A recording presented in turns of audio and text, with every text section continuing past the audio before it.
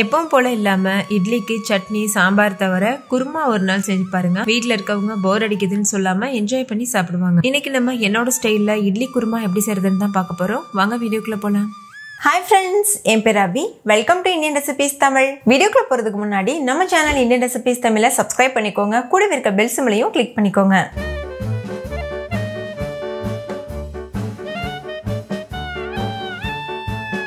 First இந்த recipe பண்ணுறதுக்கு ஒரு கடாய் சூடுபடுத்திக்கோங்க. அதில் 2 டீஸ்பூன் எண்ணெய் சேர்த்துக்கோங்க.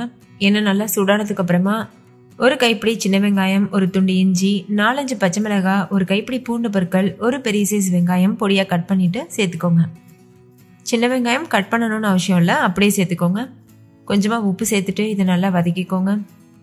ஸ்டவ் அந்த லோ ஃப்ளேமில் வச்சுட்டு வெங்காயம் நல்லா வதங்குறது வரைக்கும் வதக்கிக்கோங்க. இது கூடவே 2 டேபிள் ஸ்பூன் பொட்டுக்கடலை, 1 டீஸ்பூன் கசகசா, 1 டீஸ்பூன் சோம்பு இதெல்லாத்தையும் சேர்த்துக்கோங்க. சேர்த்துட்டு இதையும் நல்லா வதக்கிடுங்க. வெங்காயம் லேசாக வறுபட்டதுக்கு அப்புறமாவே நீங்கள் இந்த பொருட்கள் எல்லாம் சேர்த்துட்டு அதுக்கப்புறமா வெங்காயம் நல்லா வதங்குறது வரைக்கும் வதக்கிக்கோங்க. இப்போ பார்த்தீங்கன்னா தெரியும், வெங்காயம் நல்லா வதங்கிருச்சு. இந்த ஸ்டேஜில் ஸ்டவ் ஆஃப் பண்ணிவிட்டு முழுமையாக ஆற வச்சுட்டு ஒரு மிக்சி ஜாருக்கு மாற்றிட்டு தேவையான அளவு தண்ணி சேர்த்து ஃபைன் பேஸ்ட்டாக அரைச்சிட்டு அப்படியே ஒரு ஓரமாக வச்சுருங்க. அடுத்து ஒரு கடாயை சூடுபடுத்திட்டு அதில் 2 டீஸ்பூன் எண்ணெய் சேர்த்துக்கோங்க. கூடவே 2 டீஸ்பூன் நெய் சேர்த்துக்கோங்க. நெய் சேர்த்து பண்ணும்போது குருமா நல்ல வாசனையாக இருக்கும். உங்களுக்கு வேண்டாம்னு நினச்சிங்கன்னா நீங்கள் ஸ்கிப் பண்ணிடலாம். எண்ணெய் நல்லா சூடானதுக்கு அப்புறமா ஒரு பிரிஞ்சி இலை சேர்த்துக்கோங்க. ஸ்டவ் லோ ஃப்ளேமில் இருக்கட்டும்.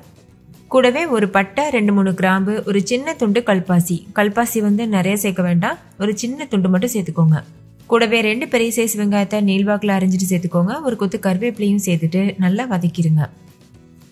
வெங்காயம் கண்ணாடி பதம் வந்ததுக்கு அப்புறமா 2 மீடியம் சைஸ் அளவு தக்காளியை நீள்வாக்கில் கட் பண்ணிட்டு சேர்த்துக்கோங்க. வெங்காயம் வந்து கலர் சேஞ்ச் ஆகிடக்கூடாது, கண்ணாடி பதம் வந்தால் போதும். அப்போ நீங்கள் தக்காளி சேர்த்துட்டு கொஞ்சமாக உப்பு சேர்த்துட்டு ஒரு 1/4 டீஸ்பூன் அளவு மஞ்சள் தூளும் சேர்த்து தக்காளி நல்லா வதங்குற வரைக்கும் வதக்கிக்கோங்க. உப்பு மஞ்சள் தூள் சேர்த்து வதக்கும் போது தக்காளி சீக்கிரமாகவே சாஃப்ட் ஆயிரும். தக்காளி நல்லா சாஃப்டாக வதங்கி வந்ததுக்கு அப்புறமா ஒரு மீடியம் சைஸ் அளவு உருளைக்கிழங்க வேக வச்சு தோல் உரிச்சிட்டு மசிச்சு சேர்த்துக்கோங்க. நான் வந்து உருளைக்கிழங்கு குக்கரில் தான் வேக வச்சிருக்கேன். குக்கரில் வேக வச்சு பண்ணும்போது சீக்கிரமாக வெந்துடும். அதுக்காக குக்கரில் தண்ணி ஊற்றிட்டு உருளைக்கிழங்கு முங்குற அளவுக்கு தண்ணி ஊற்றிட்டு ஹை ஃப்ளேமில் வச்சு ஒரு 4 விசில் வச்சு வேக வச்சிங்கன்னா கரெக்டாக வெந்து வந்துடும். அதுக்கப்புறம் நல்லா ஆற வச்சுட்டு தோல் உரிச்சிட்டு மசிச்சு சேர்த்துக்கோங்க.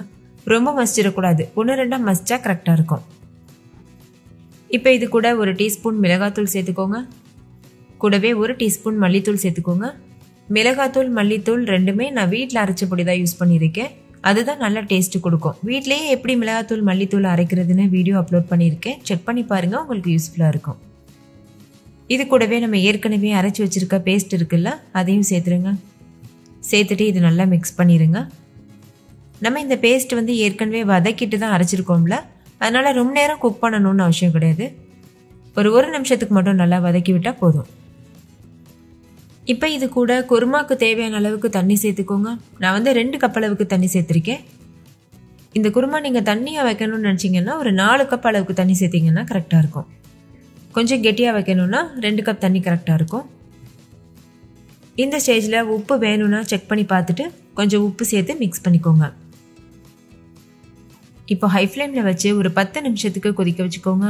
நல்லா கொதி வந்ததுக்கு அப்புறமா ஒரு கைப்பிடி அளவு கொத்தமல்லி இலைகள் பொடியாக கட் பண்ணி தூவிட்டு மிக்ஸ் பண்ணிட்டு சுட சுட இட்லி கூட வச்சு சர்வ் பண்ணிக்கலாம்.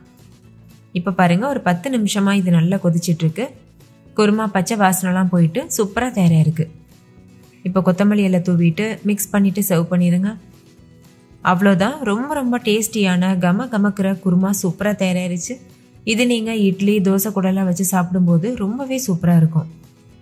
ஒரு டைம் இந்த குருமா வீட்டில் செஞ்சு பாருங்க. அதுக்கப்புறம் சட்னி சாம்பார்லாம் செய்யவே மாட்டீங்க, அடிக்கடி இந்த குருமா தான் செய்வீங்க. அவ்வளோ ருசியாக இருக்கும்.